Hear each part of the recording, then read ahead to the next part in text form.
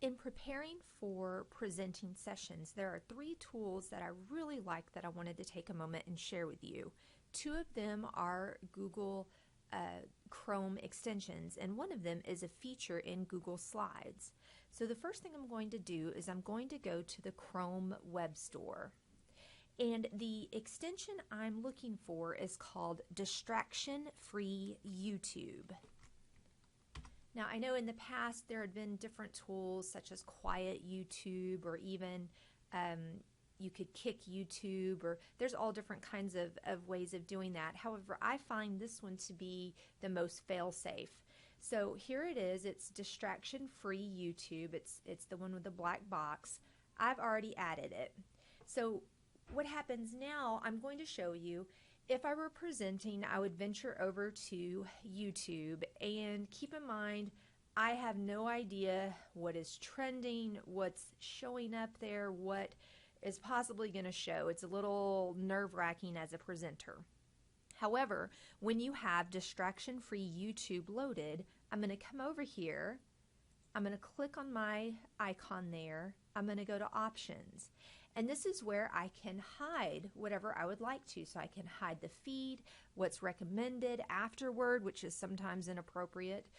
You can hide what's trending. You can hide comments, which again can get you in trouble. So I'm just going to come in and I'm going to start hiding stuff. I'm hiding everything because I just don't want that stuff. So now I'm going to refresh my page. And one moment. And now all I have is this main commercial. I can't really get rid of that one though. But you can see here again, there's nothing showing anywhere that is questionable. Now if I wanted to pull up my video now,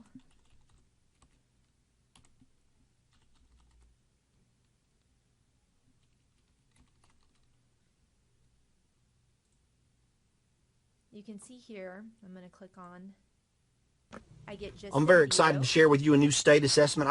And again, you don't have any of the things on the side. You don't have any of the comments. You don't have any of the other, like I said, questionable content coming through. So definitely load that Chrome extension and try that out when you're using YouTube. If I were in the classroom, would recommend using that as well. Again, sometimes students can get distracted by the other nonsense that we just sometimes we can't control.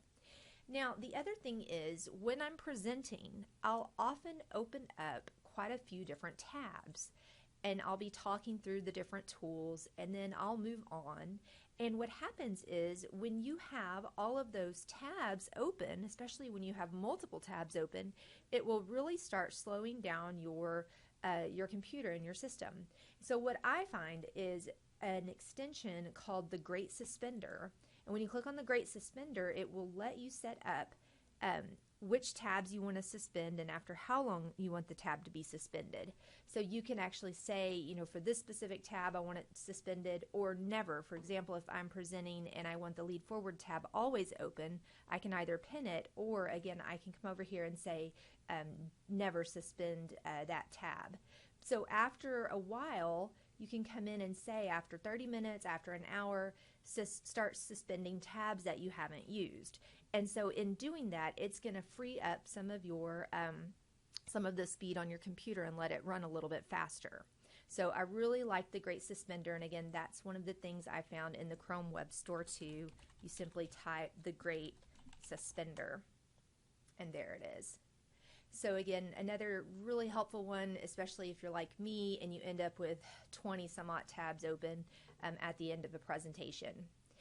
Another really cool one is a feature in Slides, and it is a way that you can actually have the audience submit questions. So sometimes if you're presenting to a big group, rather than toggling between a back channel or post-it notes on a parking lot, come in and try the new feature here. I'm going to come over here to where I'm going to say present, but I'm going to select presenter view.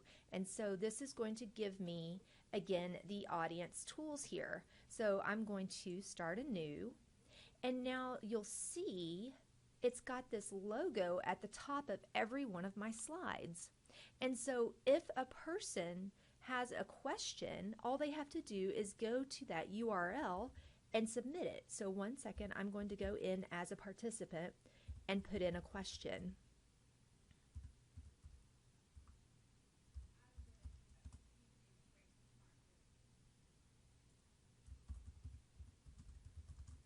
Okay, so as a presenter, I'm up there talking, and now I have a question coming in.